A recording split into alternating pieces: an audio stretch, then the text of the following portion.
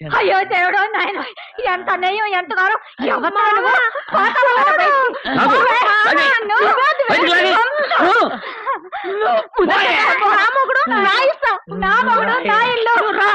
నన్ను పొమ్మంటానికి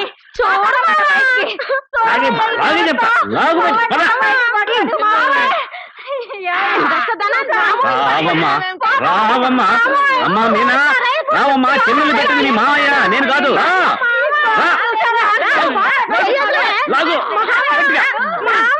ఎంత బరువు ఉందిరా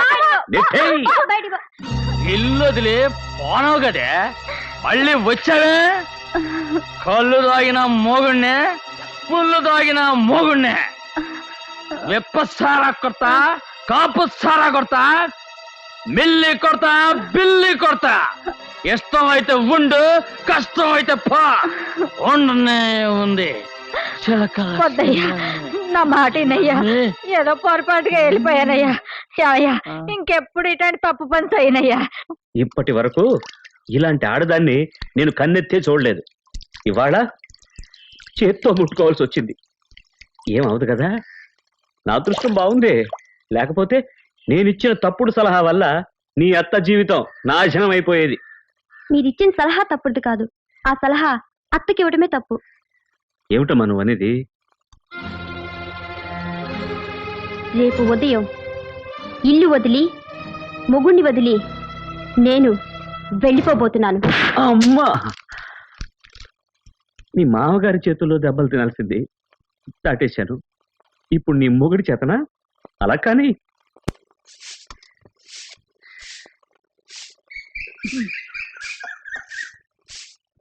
మీనా నేను పనిలోకి వెళ్ళొస్తాను ఒక్క నిమిషం అత్త ఏవి లేదు గుండు సుది అయ్యో రోజు నీ మొగుడు నా మొగుడు పెద్ద పెద్ద గుణపాలతో గుండెల్లో గుచ్చుతున్నారు ఈ గుండు సూదోనెక్క నేను వెళ్ళొస్తానమ్మా చూడమ్మా నగ్గానే సారా కొట్టుకుపోతారేంటో కత్తి కూడేటి పంపించు కొంత తక్కువైనా తాగుతారు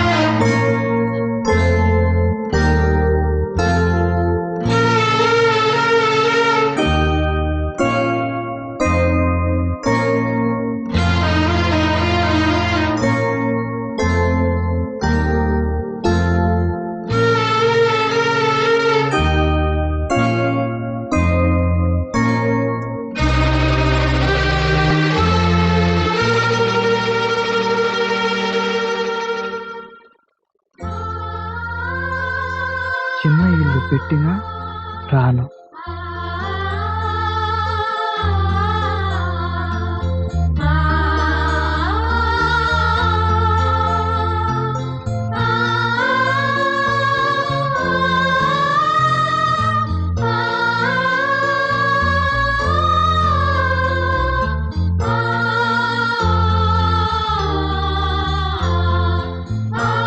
మీనా మీనా మీనా ఏంటండి నిద్ర రా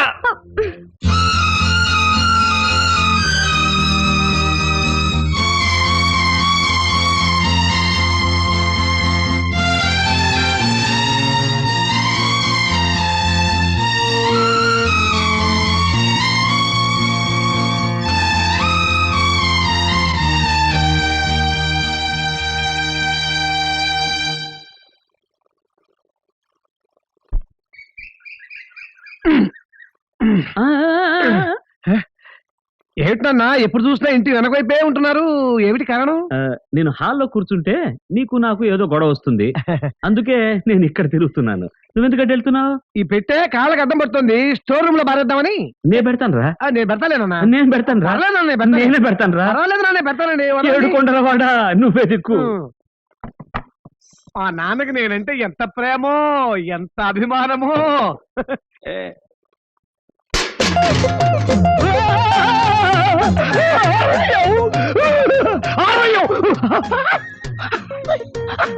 అందుకే నిన్న ఆ రూమ్ లోకి వెళ్ళొద్దానంటా. అది ఆడదేం కాదు, ఆడపిల్లే. నేనే ఆమె నా గదిలో దాచాను. అదే ఆ పిల్ల భర్త మరి తప్ప తాగేస్తున్నాడు, వాణ్ణి మార్చడం కోసమే నేను ఈ పిల్లని ఇక్కడ దాచాను. ఈ పిల్ల ఇక్కడ ఉంటే పోలీస్ కేసు అవుతుందన్నా. అది పోలీసులంతా నా పక్కే, నీ గురించే నా భయం. ఎంత కాలం నుంచి ఉంటుంది ఈ పిల్ల ఇక్కడ? చాలా రోజులు నుంచి. చాలా రోజులైందా? మరి భోజనం? నన్ను క్షమించండి, మీకు తెలియకుండా నేనే ఆ పిల్లకి భోజనం పెడుతున్నాను. నాన్న బాబు, ముందు నా పిల్లల్ని లాగేశారు, ఇప్పుడు నా పిల్లాన్ని కూడా మీ పార్టీలోకి లాగేశారా? ఇక నాకు వేరే మార్గం ఏం లేదు, నన్ను కూడా మీ పార్టీలో చేర్చేసుకున్నానా? బుజ్జి, తండ్రి కొడుకు, మామ అల్లుడు ఒకే పార్టీలో ఉండకూడదురా. అలా ఉంటే పెద్దవాళ్ళు సంపాదించిన మంచి పేరంతా చిన్నవాళ్ళు పోగొడతారు. అందుకే నువ్వు నా పార్టీలోకి రావద్దు, నా దారిలోకి రా. నా దారిలోకి వచ్చి పాలిటిక్స్ కి రా. నువ్వు పాలిటిక్స్ కి రా, కానీ నా పార్టీకి రావద్దు. ఏమీ అర్థం కాలేదే. ఏమీ అర్థం కాలేదుగా, అదేరా పాలిటిక్స్.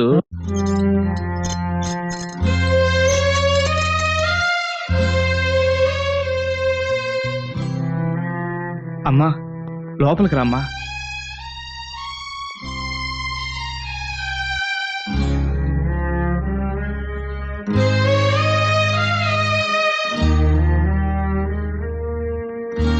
ఏమైందిరా? అమ్మా, ఇక మీద నువ్వు పనిలోకి వెళ్ళొద్దు. నేను సంపాదించే దాంట్లో ఈ కుటుంబం కల్లో గంజో తాగితే చాలు. సబ్బాయితావా? నీకేం పని చేతనా ఉండ్రా? నాకు తెలిసిందల్లా సారా కొట్టు ఒకటే, అందుకే సారా కొట్టు పక్కనే సీకు కొట్టు పెట్టబోతున్నాను.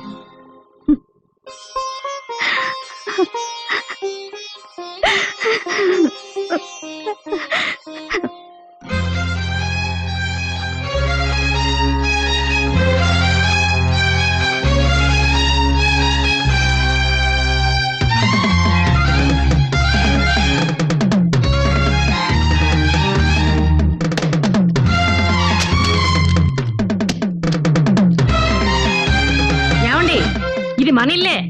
అవును, పదండి.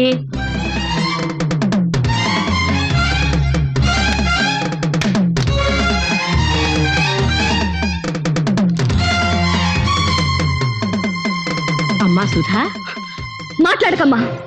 ఏ రోజు నేను అతన్ని ప్రేమించడం నీకు ఇష్టం లేదన్నావో, ఏ రోజు నేను అతన్ని పెళ్లి చేసుకోవడం నీకు ఇష్టం లేదన్నావో, ఆ రోజు నుంచి ఈ రోజు వరకు నేను నీ ఇంటి గడప తొక్కానా? పెళ్లి కాగానే నా ఉద్యోగానికి నేను రాజీనామా చేశాను. ఆ రాజీనామా కాగితం నువ్వు చింపేశావు. వ్యక్తిగత జీవం వేరు, ఉద్యోగ జీవితం వేరు అంటూ నువ్వు సూక్తులు చెప్పావు. ఆనాటి నుంచి ఈనాటి వరకు ఓ సాధారణ విలేకరిగా నీ నుంచి నేను జీతం తీసుకున్నానే గాని ఎప్పుడైనా నీ కూతురనే పెత్తన వెలగబెట్టానా? ఈ నెల మహిళా పత్రికలో నువ్వు నా గురించి ఇష్టం వచ్చినట్టు రాసావు. అలా రాసే అధికారం నీకే ఉంది. నీకు నాకు ఏ సంబంధం ఉందని అలా రాసావు. ఆగాగాగాగా, నీ గురించి ఎవరు రాశారు? బాగా చదివి చూసావా? ఇదే విజయవాడలో ఒక ఇంట్లో ఇలా జరుగుతోంది అని మాత్రమే రాశాను.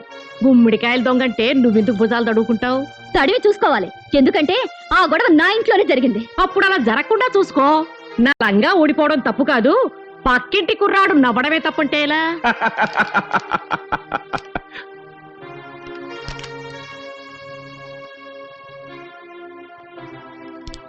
ఆడదంటే అర్థం తెలుసా నీకు?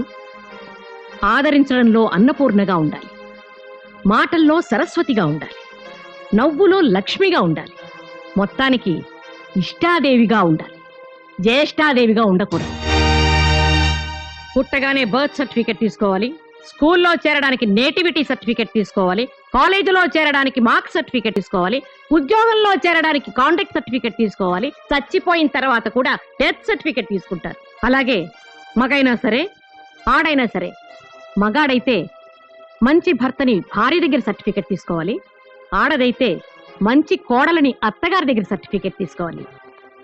చేతిలో డిగ్రీ సర్టిఫికెట్, శాలరీ సర్టిఫికెట్ ఉన్నాయనే పొగర్తో మీ అత్తగారి దగ్గర రాలుగాయ పిల్లనే సర్టిఫికెట్ తెచ్చుకున్నావు కదటే పాపిష్టిదాన.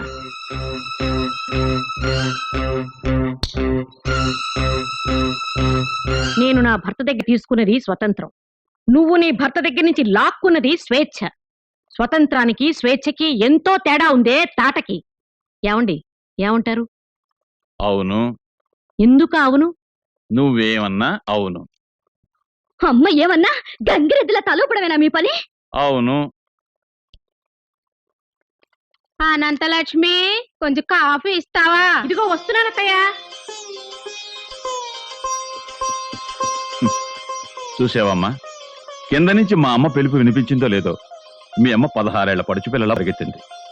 ఆ ప్రేమకి, అభిమానానికి, ఆ మర్యాదకి, మన్ననకి, ఆ వినయానికి, విచక్షణకి మీ నాన్న ఎప్పుడు గంగిరెద్దేనమ్మా.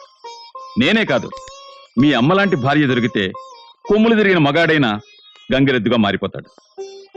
కానీ నీలాంటి భార్య దొరికితే గంగిగోవు లాంటి మగాడైనా ఆంబోత ఎదురు తిరుగుతాడు.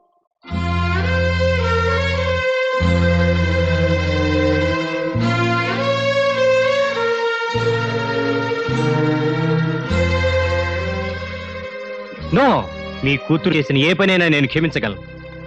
కానీ తన డబ్బు తనే మా నాన్నగారి పెట్లో పెట్టి ఆయనకు దొంగ అని బిరుదు తగిలించి చంపేసిందే.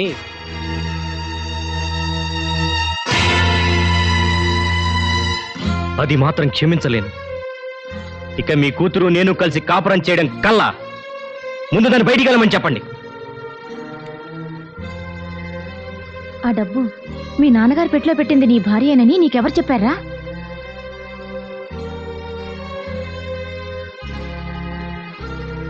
కాలనీ వాళ్ళంతా మాట్లాడుకుంటున్నారమ్మా. నువ్వు కాలనీ వాళ్ళు మాట్లాడుకునే మాటలు నమ్ముతావా, లేక మీ అమ్మ మాటలు నమ్ముతావా? ఏమిటమ్మా నువ్వు అనేది? మీ నాన్నగారే ఆ డబ్బు దొంగిలించారు. అమ్మా,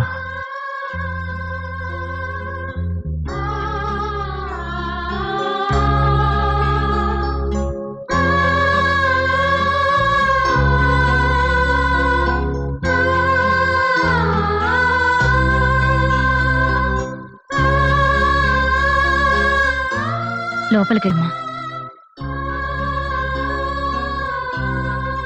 ఇది నా భర్తకు సంబంధించిన విషయం. ఇటుపైన దీని గురించి ఎవరూ మాట్లాడటం నాకు ఇష్టం లేదు. ఆయనతో పాటే ఈ విషయం చచ్చిపోవాలి.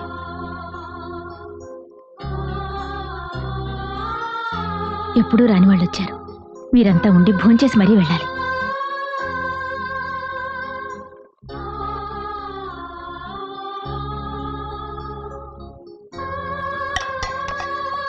అత్తయ్య,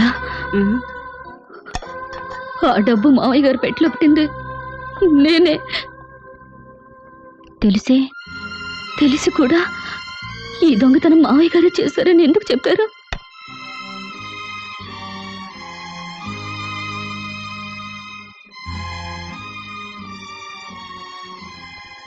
అలా చెప్పకపోతే నా కొడుకుతో నేను ఎలా కలపగలనమ్మా? అందుకని దేవుళ్ళలాంటి మావయ్య గారిని అన్యాయంగా ఎంత మాట అందోనని ఆయన బాధపడరమ్మా. ఎందుకంత మాట అన్నానో అర్థం చేసుకుని ఆనందపడతారు. నా భర్త గురించి నాకు బాగా తెలుసు. అది కదత్తయ్య, నాకు మాత్రమే తెలుసు. అత్తయ్య